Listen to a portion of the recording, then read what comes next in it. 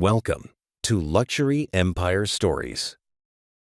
Rain didn't just fall that day. It felt like the sky was collapsing right along with her life. You think you know heartbreak? Wait until you hear what Mark whispered to her right after the judge slammed the gavel. It wasn't just a divorce. It was an execution of 10 years of loyalty. She walked out of that courthouse with nothing but the clothes on her back and a shattered heart. But she didn't know that 3 miles away in a penthouse, everyone was too afraid to look at a man was holding a file with her name on it. And he wasn't just waiting. He was preparing to change everything. This is the story of how the woman who lost it all ended up owning the game. The sound of the gavel striking the mahogany block echoed like a gunshot in the silent courtroom of King County Superior Court. To Sadie Jenkins, it signaled the end of a decade. "Judgment is granted in favor of the petitioner, Mr. Reynolds," Judge Pendergast said, his voice void of emotion. Just another Tuesday on the docket. Per the prenuptial agreement signed in 2014, no spousal support is awarded. The marital assets, including the property on Highland Drive and the portfolio with Vanguard, remain the sole property of Mr. Reynolds. The petitioner is to pay a one-time settlement of $5,000 to the respondent for relocation costs. Court is adjourned. $5,000. 10 years of cooking, cleaning, hosting dinner parties for his clients, nursing him through the flu, and managing his mother's dementia care until she passed, all valued at $5,000. Sadie didn't move immediately. She stared at the polished grain of the defense table. She could feel the eyes of Mark's lawyer, a shark named David Hammerstein, boring into the side of her head. "Come on, Sadie," Mark said. He stood up, buttoning his tailored Italian suit jacket. He didn't look angry. He looked bored. "Don't make a scene. You knew this was coming."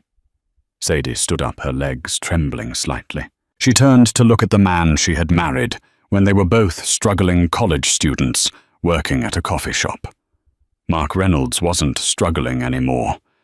He was the VP of operations for Apex Logistics, a man who had traded his Toyota Corolla for a Porsche and his morals for a corner office. "I signed that prenup because I loved you, Mark," she said, her voice barely a whisper. "I trusted you when you said it was just to make your father happy." Mark leaned in close, the smell of his expensive sandalwood cologne, a gift she had bought him for Christmas, filling her senses. He smiled, a cold, practiced shifting of muscles that didn't reach his eyes. "That's the problem with you, Sadie," he whispered, low enough that only she could hear. "You think the world runs on love. It runs on leverage. And you have none. You're 32. You have a gap in your resume the size of the Grand Canyon, and you're wearing a dress from 3 seasons ago. You aren't a wife anymore. You're a liability I've finally written off." He straightened up and checked his Rolex. "Jessica is waiting in the car. She wants to redecorate the master bedroom by Friday. Leave the keys to the house with David. Make sure you're out by noon." Sadie watched him walk away. He didn't look back. He strode down the center aisle of the courtroom, shaking hands with his lawyer, radiating the confidence of a man who had never lost a hand of poker. She walked out of the courtroom and into the gray Seattle drizzle. She didn't have an umbrella. She stood on the concrete steps, clutching the manila envelope containing her copy of the divorce decree. Her phone buzzed. A text from her best friend, Linda. "Hey, sweetie, heard about the court date. Probably best if you don't come to the mixer on Saturday. Mark is bringing Jessica, and it might be awkward. Hope you understand XOXO." Sadie deleted the message. She didn't cry.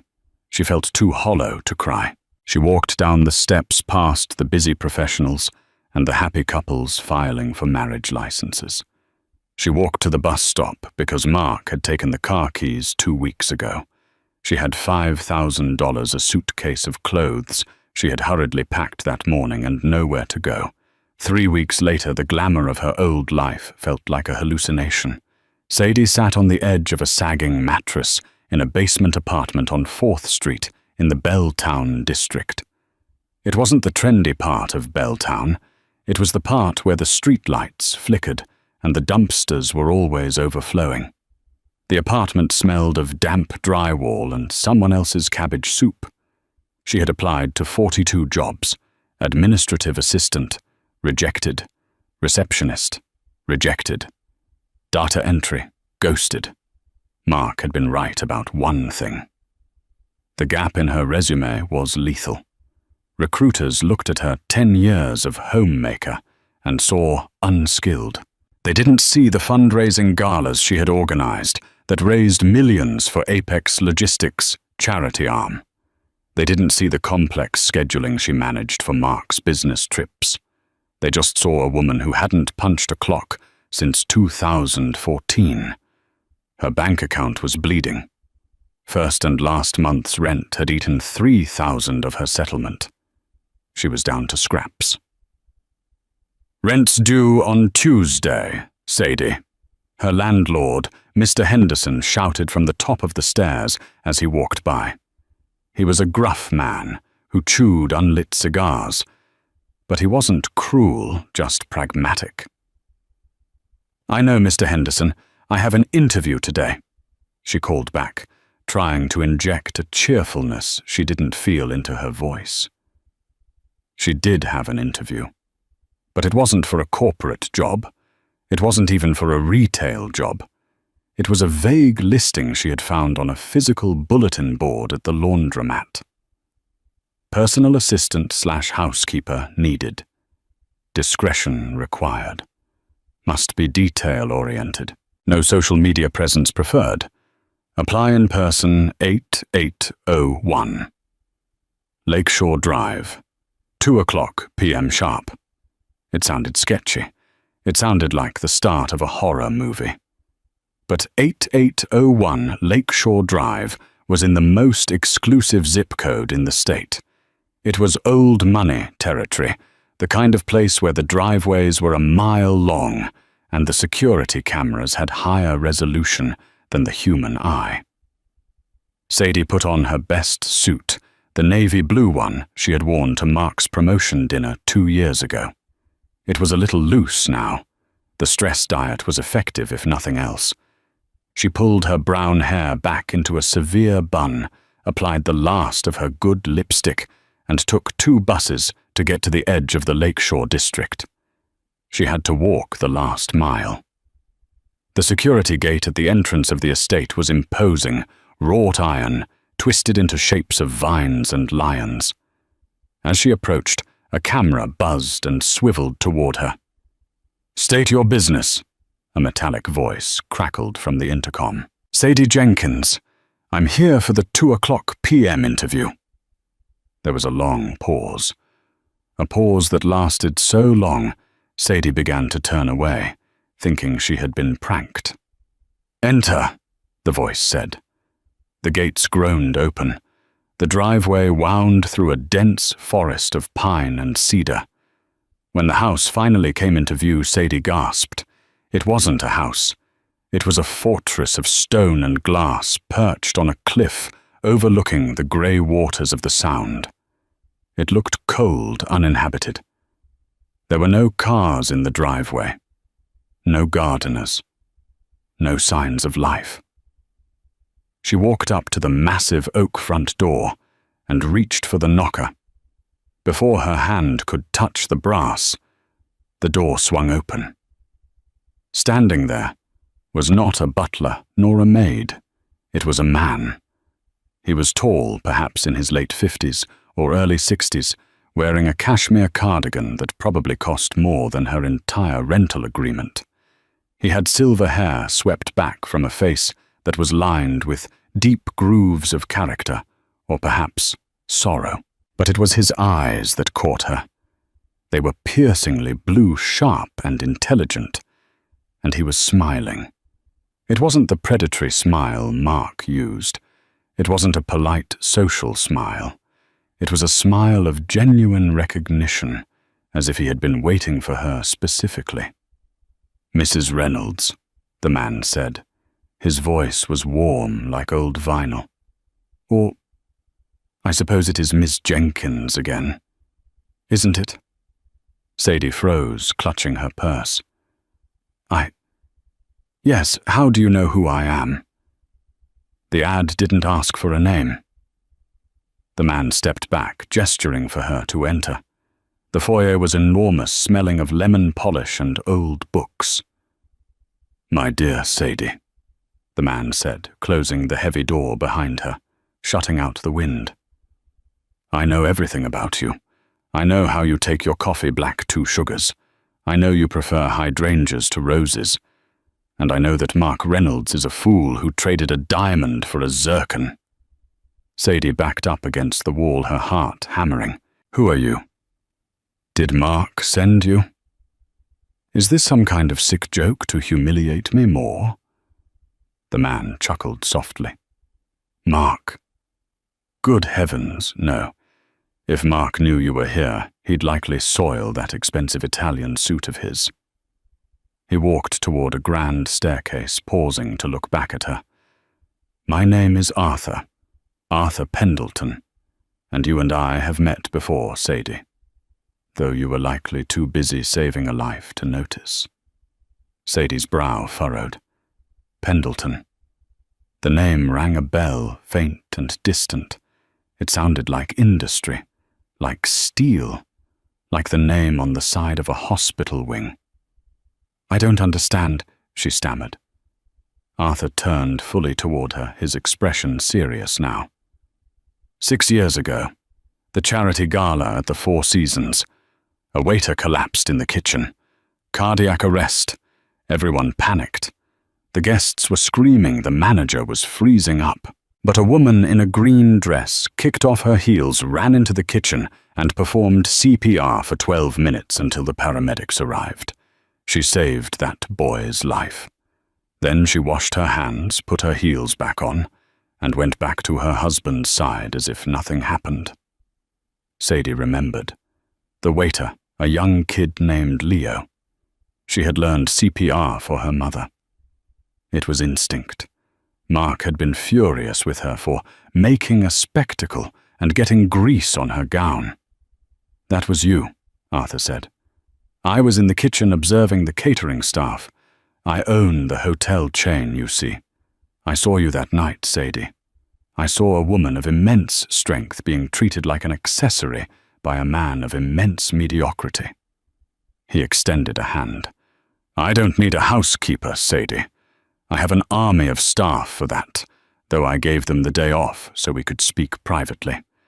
I need a partner, a strategist, someone who can see through the smoke and mirrors of the corporate world."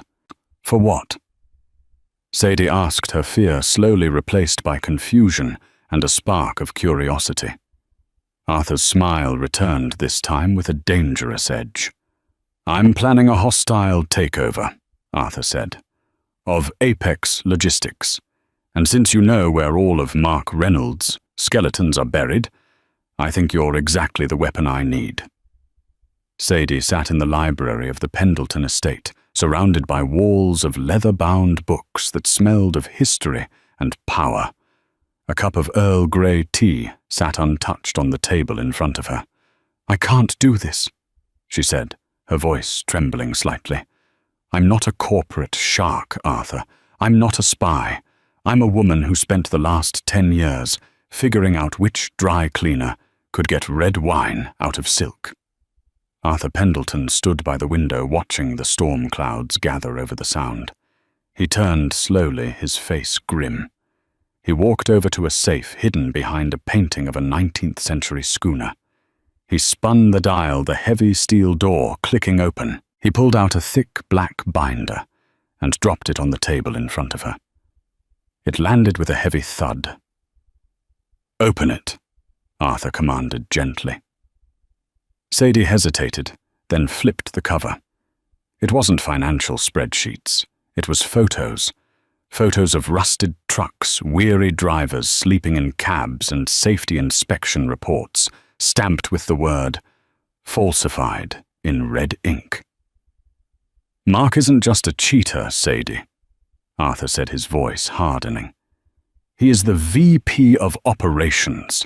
He has been cutting maintenance budgets by 40% to inflate his quarterly bonuses. He's running trucks on bald tires with overworked drivers. 2 months ago, an Apex truck lost its brakes on I-5. A young father was paralyzed. Mark buried the report paid off for the inspectors and fired the driver to cover his tracks. Sadie felt a chill run down her spine. She remembered that night. Mark had come home late, pale, and sweating, drinking 3 scotches in a row. He had told her it was just a supply chain hiccup. "I am the majority shareholder of the parent company that insures Apex," Arthur revealed. "If I expose him now, he'll scapegoat someone else. He's slippery. He has the board in his pocket because he's making the money. I need to dismantle him from the inside. I need to prove he is incompetent and corrupt in front of the entire world.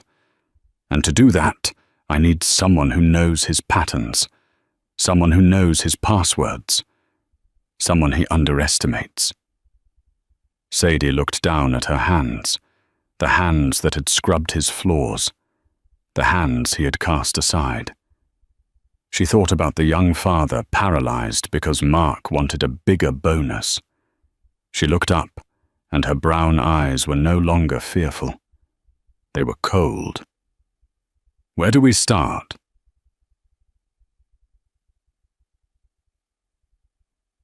The next 2 months were a blur of transformation. It wasn't just a makeover, it was a resurrection. Arthur hired a team, not stylists, but experts. A forensic accountant named Ben taught Sadie how to read balance sheets until her eyes crossed. A voice coach taught her how to lower her register, how to remove the apologetic tone that women were conditioned to use. "Don't say 'I think'," the coach scolded her. "Say 'the data shows.' Don't say 'maybe.' Say 'this is the reality.' When you speak, Sadie, you are not asking for permission. You are stating a fact." They worked 16 hours a day. Sadie moved into the guest wing of the estate. She stopped answering texts from her old life. She focused entirely on the file named Project Icarus, Arthur's plan to bring Mark down. One evening, while reviewing Mark's old emails that Sadie had recalled from memory, she remembered he used his mother's birthday backwards as a passcode for his private server. She found it. "Arthur," she called out. Arthur walked in, holding 2 glasses of whiskey. "What is it?" "The phantom root," Sadie said, pointing to the screen. "I remember Mark joking about this on the phone with his lawyer. I thought it was a video game. It's not. It's a shell company." Arthur leaned in, adjusting his glasses. "Explain." "He's billing Apex for shipping routes that don't exist." Sadie said, her mind racing, connecting dots she hadn't realized were there for years. "He creates a fake vendor, Redline Transport, bills Apex for logistics support in regions they don't even service, and approves the invoices himself. The money goes into Redline, and Redline pays the rent on the apartment he was keeping for Jessica before the divorce." Arthur smiled. It was a terrifying, shark-like smile. "He's embezzling company funds to pay for his mistress." "He's stealing from the shareholders," Sadie corrected him, adopting the language she had learned. "We have him," Arthur said softly. "No," Sadie said, standing up. She walked to the window, catching her reflection. Her hair was cut into a sharp, asymmetrical bob. She was wearing a tailored charcoal suit. She didn't look like a victim anymore. She looked like a CEO. "Not yet. If we leak this, he claims it's an accounting error. We need him to admit it. We need him to brag about it. And how do we do that? Sadie turned around. The annual shareholders' gala is next Saturday. Mark always gets drunk on power and scotch after his keynote speech. He thinks he's untouchable.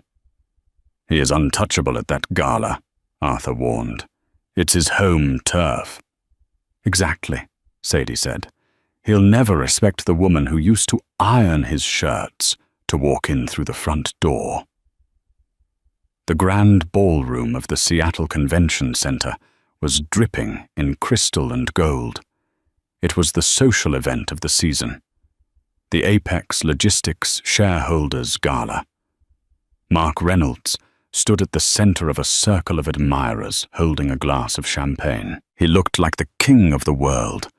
His suit was bespoke, his teeth were whitened, and on his arm hung Jessica. Jessica was 24, blonde, and currently pouting because the lighting wasn't right for her Instagram story. "Mark, baby, can we go?" she whined. "These old people are boring." "Hush, Jess," Mark said, patting her hand patronizingly. "I'm about to be announced as the next CEO. The current CEO is retiring next month. Tonight is my coronation." "Mr. Reynolds," a sycophantic junior executive named Greg approached. "Great quarter, sir. The cost-cutting measures you implemented are genius." "It's all about trimming the fat, Greg," Mark laughed. "You get rid of the dead weight and the ship rises, just like in my personal life." He winked at Jessica, who giggled without understanding the joke. Suddenly the hum of conversation in the room died down. It started near the entrance, a wave of silence that rolled across the ballroom floor. Mark frowned. "What's going on? Is the CEO here?" He turned toward the grand double doors. Entering the room was Arthur Pendleton. This in itself was news. The billionaire hadn't been seen at a public gala in 5 years. Cameras flashed. Whispers hissed like Stampoom. Why is Pendleton here? He hates Apex. But it wasn't Arthur who held the room's attention. It was the woman on his arm. She wore a gown of emerald green silk that clung to her body like liquid armor. It had a high slit up the leg and a plunging back that showed off a posture of steel. She wore no jewelry except for a pair of diamond drop earrings that caught the light with every turn of her head. She walked with a predatory grace, chin-high eyes, scanning the room with bored detachment. Mark squinted. The woman looked familiar. The curve of her jaw, the way she walked. But it couldn't be. That woman was a dowdy housewife who cried over burned pot roast. This woman was a goddess. Arthur guided the woman straight through the crowd, parting the sea of executives like Moses. They stopped directly in front of Mark. The silence was deafening. "Arthur," Mark said, recovering his composure. He extended a hand. "To what do we owe the pleasure? I didn't think Apex was up to your standards." Arthur didn't take the hand. He merely smiled. "I'm here to check on my investment, Reynolds, and to introduce my new senior partner at Pendleton Holdings." Arthur stepped aside. The woman in green stepped forward. She looked Mark dead in the eye. The air crackled with tension. "Hello, Mark," she said. Her voice was smooth, dark, and utterly composed. Mark's glass slipped from his fingers. It shattered on the marble floor, champagne splashing onto his polished shoes. Jessica jumped back with a squeak. "Sadie," Mark choked out. He looked her up and down, his brain unable to reconcile the image. What are you doing here? Did you sneak in?" He laughed nervously, looking around at his colleagues. "Security. This is my ex-wife. She's obviously having a breakdown. She's crashing the party." Sadie didn't flinch. She didn't yell. She didn't cry. She simply reached into her clutch and pulled out a gold-plated invitation. "I'm not crashing Mark. I'm the guest of honor." "Guest of honor?" Mark scoffed, his face turning red. You're a nobody. You're living in a basement, aren't you, spending that $5,000 I gave you on a rental dress?" Jessica stepped forward, sensing a cat fight. "Yeah, go away, you old hag. You're embarrassing yourself." Sadie turned her gaze to Jessica. It wasn't a look of anger. It was a look of pity. "Nice bracelet, Jessica," Sadie said, pointing to the diamond tennis bracelet on the girl's wrist. "Cartier, right, purchased on October the 14th, using a corporate credit card, registered to Redline Transport. I believe that's technically stolen property." The color drained from Mark's face so fast he looked like a corpse. "What did you say?" Mark whispered. Sadie stepped closer, invading his personal space. She smelled of expensive perfume and vengeance. "I said," she spoke clearly loud enough for the board members standing nearby to hear, "that I know about Redline. I know about the Phantom route. And I know that you're not going to be CEO, Mark. Because Arthur and I just bought 51% of the voting shares of Apex Logistics this morning." The crowd gasped. You can't," Mark stammered, sweat breaking out on his forehead. "We can. And we did," Sadie said, a small, cold smile playing on her lips. "I suggest you enjoy the champagne, Mark, because by Monday morning, the only thing you'll be in charge of is your legal defense." She turned to Arthur. "Shall we dance, Mr. Pendleton?" "We shall, Mrs. Jenkins." They walked away, leaving Mark Reynolds standing in a puddle of spilled champagne, while the wolves of the corporate world began to circle him, sensing blood in the water. But the war wasn't over.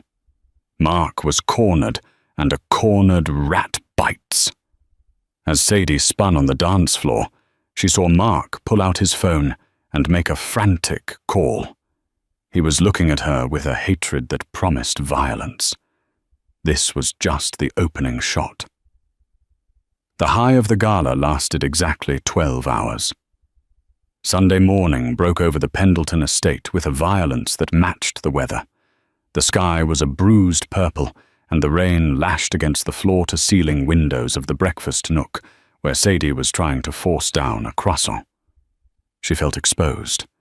The adrenaline from the confrontation with Mark had faded, leaving behind a cold knot of anxiety. She kept checking her phone. No texts from Mark. No angry emails. Just silence. "Silence is worse than screaming," Arthur said, reading the Financial Times across from her. He looked calm, but his knuckles were white as he gripped the paper. "A screaming man is venting. A silent man is plotting." As if on cue, the intercom on the wall buzzed. It wasn't the polite chime of the gate arrival. It was the urgent, jarring alarm of the security perimeter breach. "Sir?" The head of security's voice crackled tense and low. "We have a situation at the main gate. It's not the press. It's the Seattle Police Department and the FBI." Sadie dropped her coffee cup. It shattered dark liquid, staining the pristine white rug. "The FBI, Arthur. What did we do?"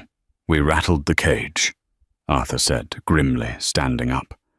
"And it seems the rat called in a favor."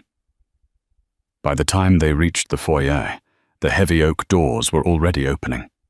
A man in a cheap trench coat walked in, followed by 4 uniformed officers and 2 agents in windbreakers. "Arthur Pendleton?" the man asked, flashing a badge. "Detective Miller Fraud Division.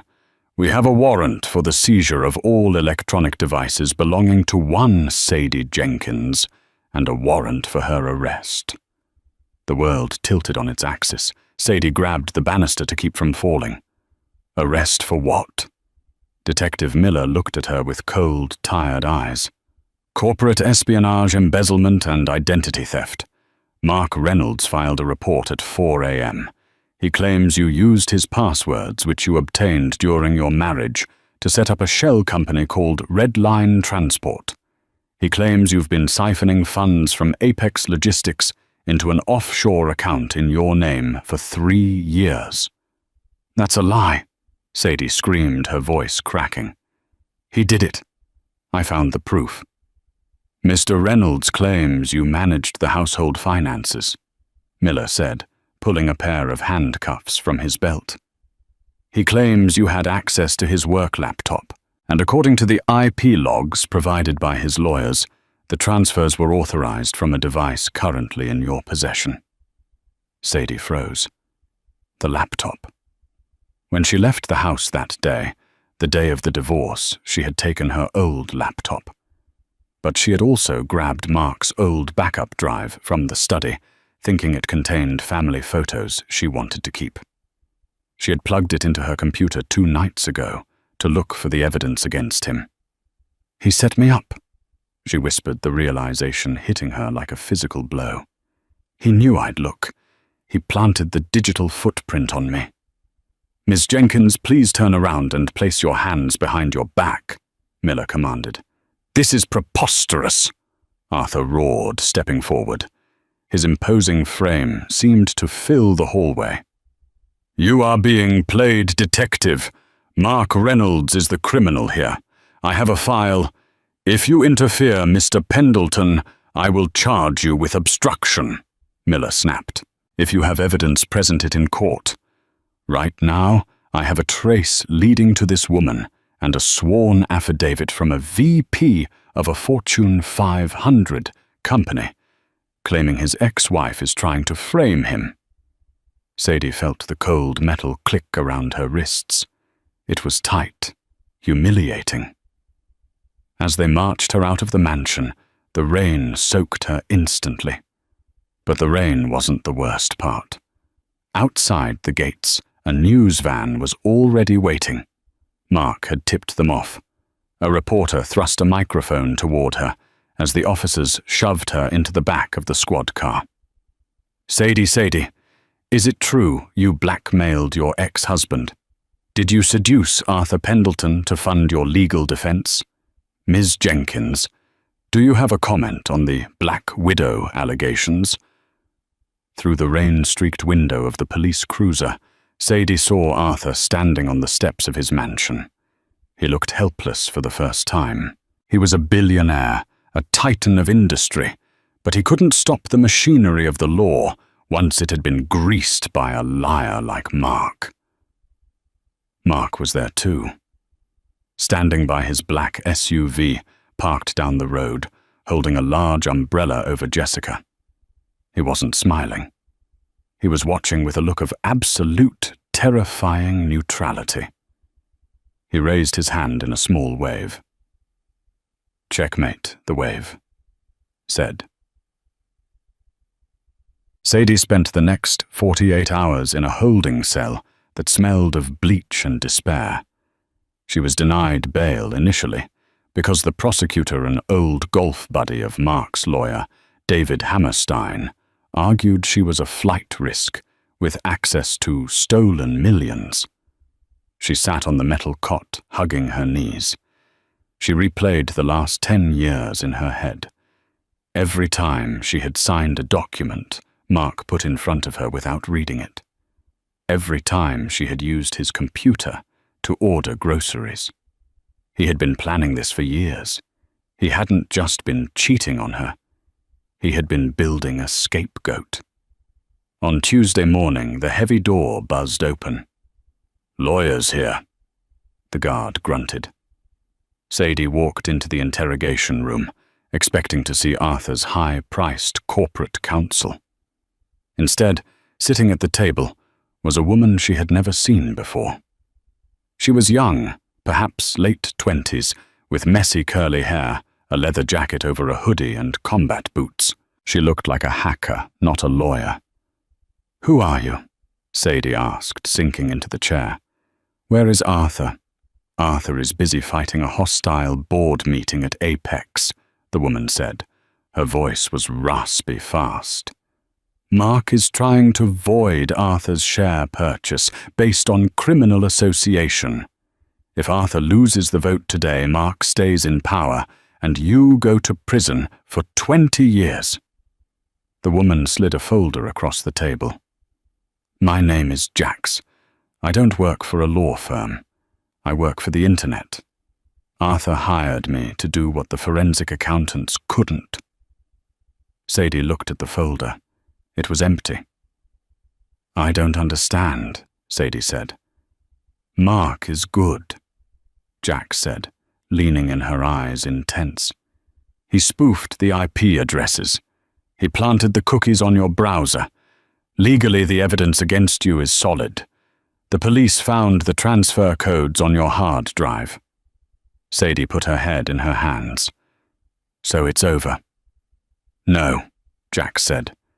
She pulled a small USB drive from her pocket. It's not over. Because Mark made one mistake. A mistake only a narcissist makes. Sadie looked up. What? He kept a trophy, Jax grinned. Mark didn't just embezzle money. He recorded his meetings with the safety inspectors. He recorded himself bribing them. He kept the audio files in a hidden folder on the cloud labeled Insurance. He thought if the company ever turned on him, he could use them to burn the CEO down. Okay, Sadie said, hope flickering. How do we get them? We don't have his password. I don't need his password, Jax said. I need his voice. And thanks to his little victory speech on the news yesterday, I have enough audio samples to build a deep fake voice key. Jax opened her laptop and spun it around. A progress bar on the screen was at 98%. Sadie Arthur is stalling the board meeting right now, but he can't hold them off forever. I need you to tell me something only Mark would say. A phrase, a verbal tick, something to calibrate the syntax of the AI, so it cracks the final biometric lock on his private server. Sadie closed her eyes. She thought about the man she had loved, the man who whispered in her ear in the courtroom. You think the world runs on love? It runs on leverage. Leverage, Sadie whispered. He loves the word leverage, and he calls everyone champ when he's lying to them. Turm. Jax typed furiously. Got it. Inputting parameters. 99%. The screen flashed green. Access granted. Jax's eyes widened as the files began to scroll down the screen. Oh wow. Sadie, look at this. It's not just bribery. He's been laundering money for the cartel. The door to the interrogation room slammed open. Detective Miller stood there, looking angry. Time's up. The arraignment is in 10 minutes. Jax slammed the laptop shut and stood up. She looked at Sadie. Stall them. Plead insanity faint, I don't care. Just don't let the judge bang that gavel until I get this to Arthur. Run, Sadie said. Jax bolted past the detective, sprinting down the hallway of the police station. Hey, stop her, Miller yelled, giving chase. Sadie sat alone in the room. She stood up, smoothed her wrinkled blazer, and took a deep breath. She had to walk into a courtroom again. But this time, she wasn't going to just accept the judgment. She was going to fight. The King County Courthouse was a different beast from the family court where Sadie had lost her marriage.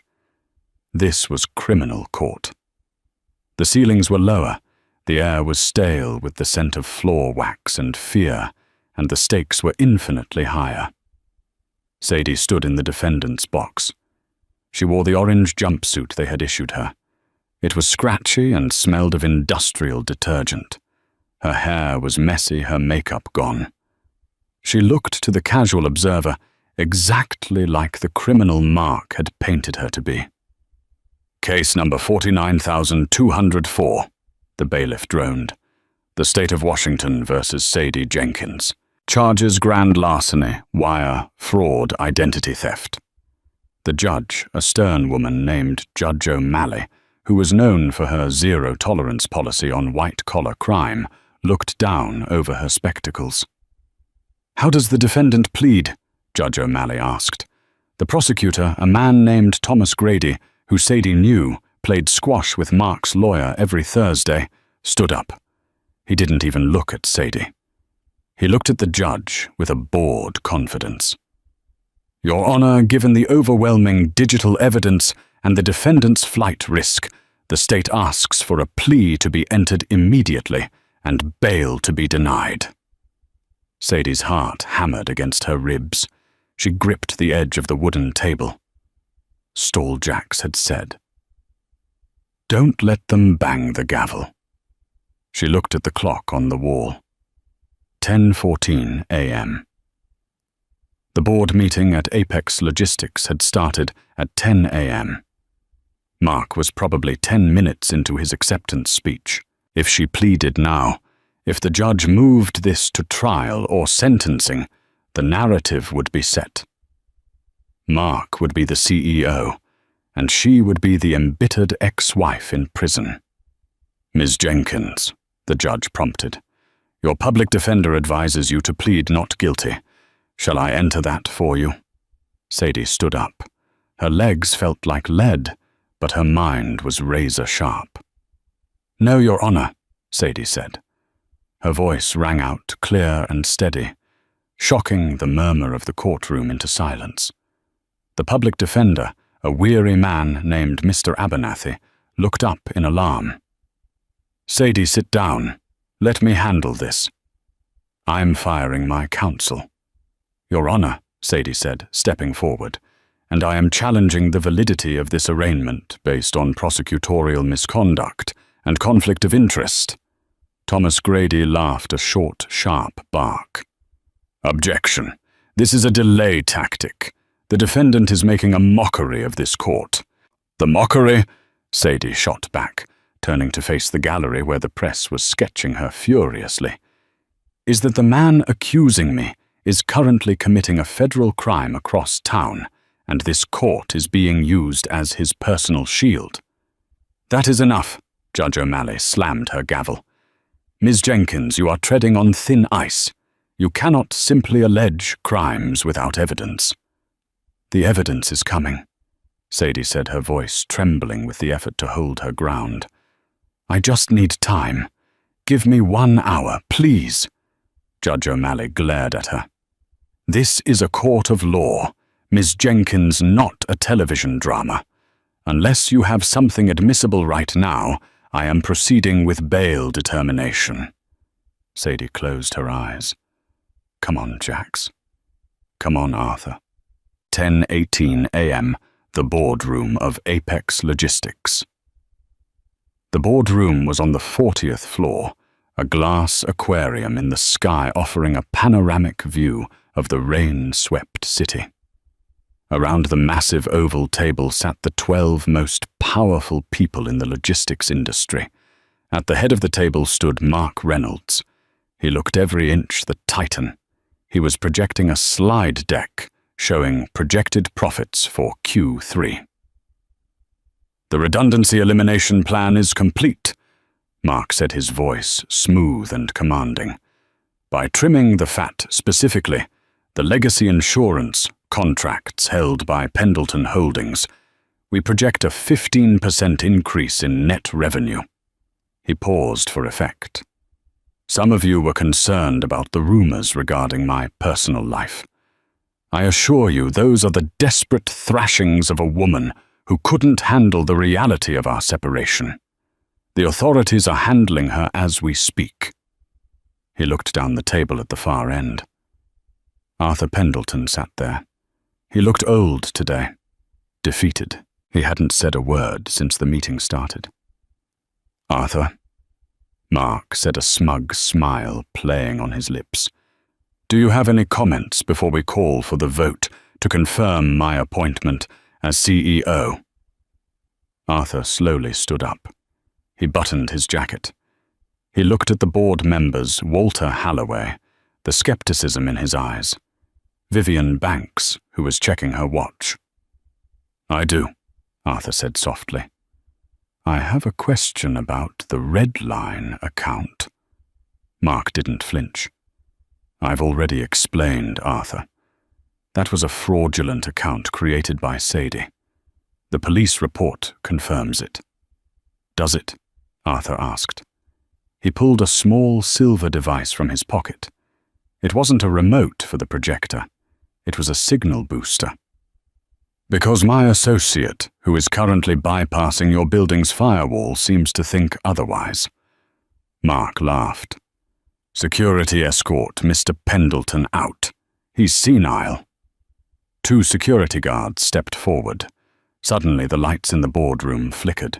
The projector screen behind Mark turned static grey, then went black. A high-pitched screech of audio feedback tore through the room, making the board members cover their ears. Then a voice filled the room. It wasn't coming from the laptop. It was coming from the overhead speakers, the conference phone, and every smart device in the room. It was Mark's voice, crystal clear. "Look, I don't care about the brake pads, champ. Just sign the inspection sheet. If the truck crashes, that's what insurance is for." Mark froze. His face went the color of ash. "What is this?" Mark shouted over the recording. "Turn it off. It's a deep fake. It's AI." The recording clicked and changed. "The cartel pays double for the phantom route shipments, Jessica. It's untraceable. We hide the cash in the Red Line account, blame it on fuel surcharges. And by the time the IRS looks at it, the money is already in the Caymans. I'm telling you it's foolproof. I'm the VP. Who's going to question me? My wife Sadie is too stupid to check the bank statements." The silence in the room following that statement was heavier than the grave. Mark looked around. The board members were staring at him with a mixture of horror and disgust. Vivian Banks had her hand over her mouth. "It's fake!" Mark screamed, veins bulging in his neck. "Arthur did this. He's framing me." Arthur remained standing calm as a statue. "Is it because that audio file has a digital timestamp from your private cloud server, Mark? And it's not just playing here." Arthur pointed to the window. Down on the street, the massive digital billboard that usually displayed Apex stock prices had changed. It was now streaming a live audio visualizer. The sound was being broadcast to the street below. Mark ran to the window. He looked down. Pedestrians were stopping. People were filming. And, Arthur continued, his voice dropping to a dangerous growl, "My associate also sent a copy to Detective Miller." 10:25 a.m., the courtroom. Judge O'Malley was about to speak when the doors at the back of the courtroom burst open. It wasn't a lawyer. It was Detective Miller. He was out of breath, his face flushed. He was holding his phone, which was still playing the audio of Mark Reynolds admitting to laundering cartel money.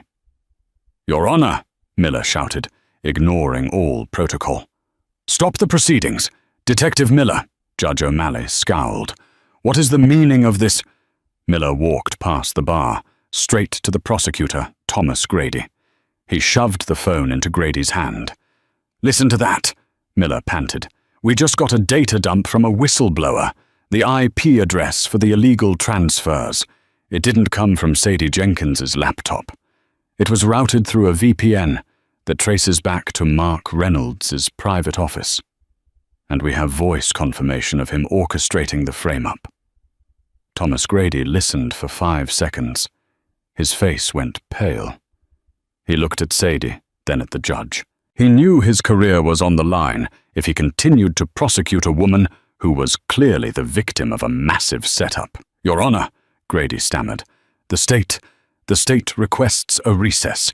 New evidence has come to light." "Recess," Sadie shouted from the box, tears finally streaming down her face.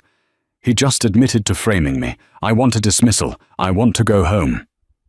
Judge O'Malley looked at the detective, then at the defendant. She understood immediately what was happening.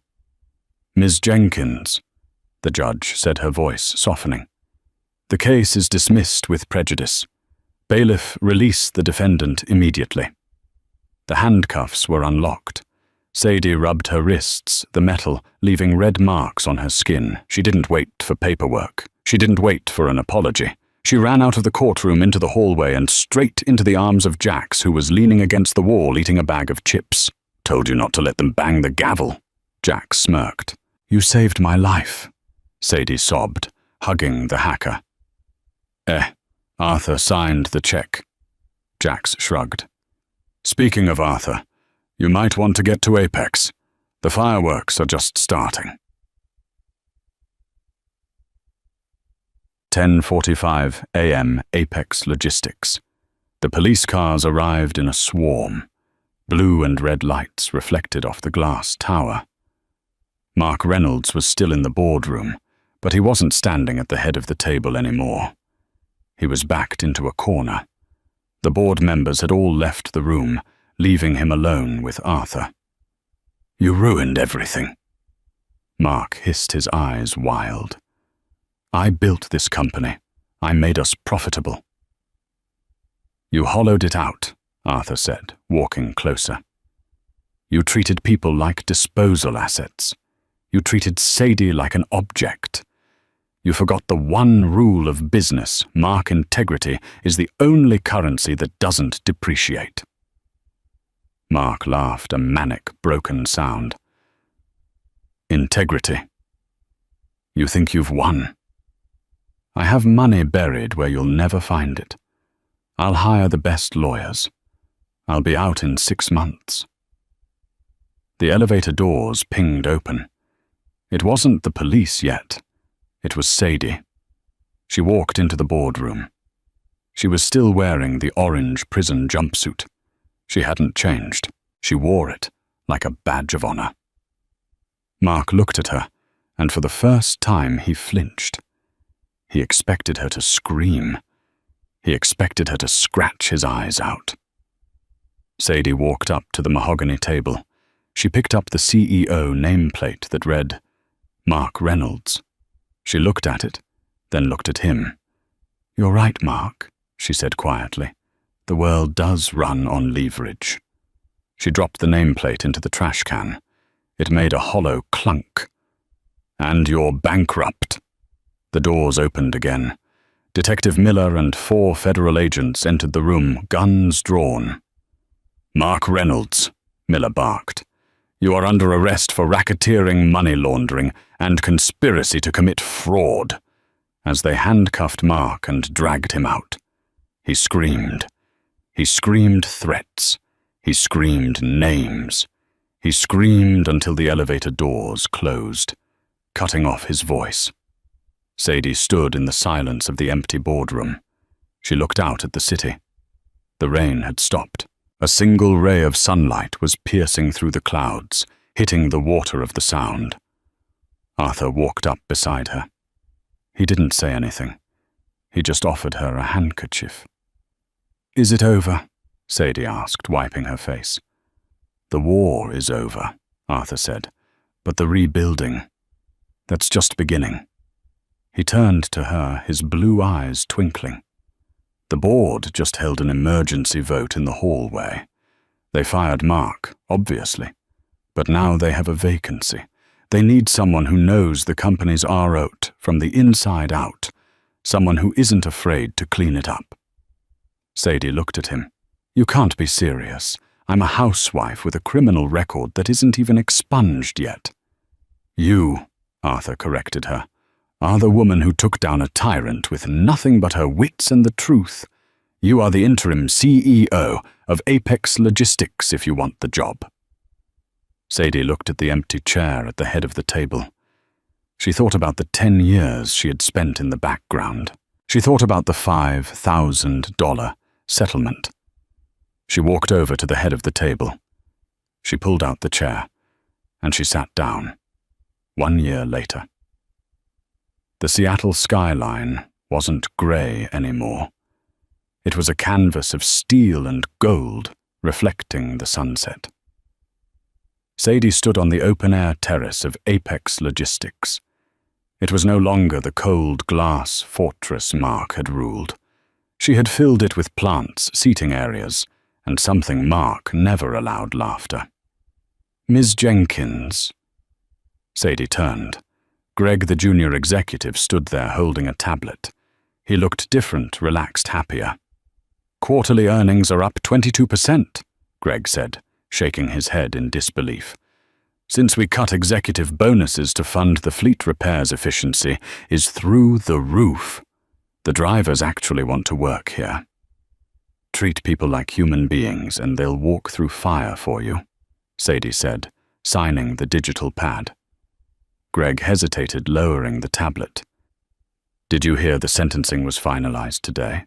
Sadie felt a faint ripple in her chest. Not pain, just the distant memory of a scar. "Tell me." 15 years, Greg said softly. "Federal penitentiary.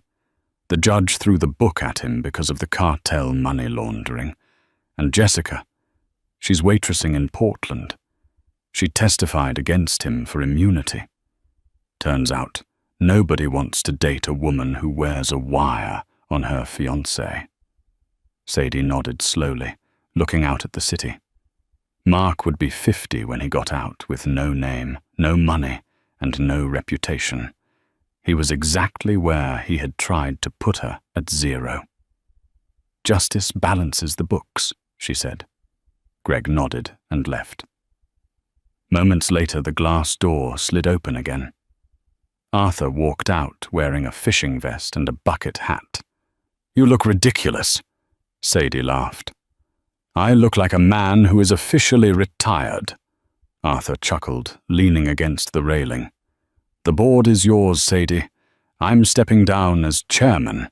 You don't need me anymore. You fixed this company. You saved those jobs." He reached into his pocket and pulled out a small velvet box. Sadie stiffened, but Arthur laughed.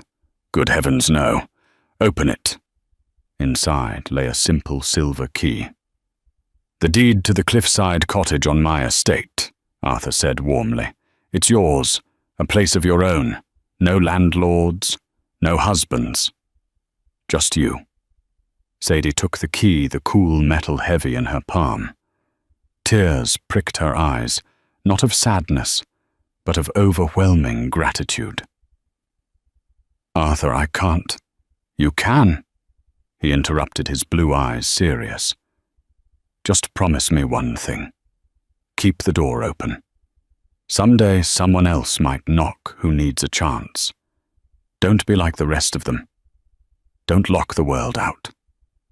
He patted her shoulder, whistled a tune, and walked away to enjoy the peace he had helped create. Sadie left the office an hour later. Her driver was waiting, but she waved him off, preferring to walk the few blocks to the pickup point. She passed a bus stop, the same bus stop where she had sat 1 year ago, clutching a suitcase and $5,000, feeling like her life was over. Sitting on the bench was a young woman. She was crying, her mascara running down her cheeks. A battered suitcase sat next to her, and she was staring at her phone with a look of utter despair. The evening crowd rushed past her eyes, glued to their screens, ignoring the tragedy in their midst. Sadie stopped. She saw the fear. She saw the hollowness. She saw herself. Sadie turned and walked to the bench. The girl looked up, startled by the shadow of the confident CEO standing over her.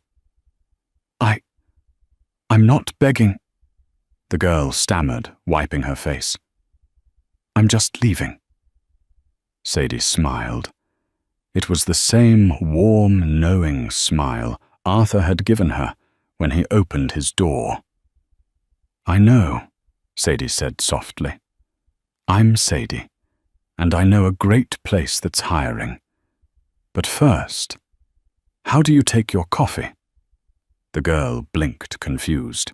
"Black 2 sugars." Sadie extended her hand. "Come with me," she said. "Let's get you out of the rain." As the girl reached out and took her hand, Sadie knew this was her real victory. It wasn't the millions. It wasn't the title. It was the power to be the person she had needed when she was at rock bottom. The car arrived. Sadie held the door open for the stranger. For the first time in 10 years, the future didn't look like a dead end. It looked like an open door. And that is the incredible story of Sadie Jenkins. From a discarded wife with $5,000 to her name to the CEO who brought down an empire of lies. It's a powerful reminder that when someone closes a door on you, it's not the end. Sometimes it's just the universe pushing you toward the door you were meant to open all along. Mark thought his money made him untouchable, but Sadie proved that integrity and resilience are the only things that truly last. What do you think? Would you have forgiven Mark, or was 15 years in prison exactly what he deserved? And have you ever had a moment where you had to start over from nothing? Let me know your story in the comments below. I read every single one. If you enjoyed this story and want to hear more tales of karma, revenge, and redemption, please smash that like button, subscribe to the channel, and hit the notification bell so you never miss an upload. Until next time, keep your head up and never let anyone tell you you're finished. Thanks for watching.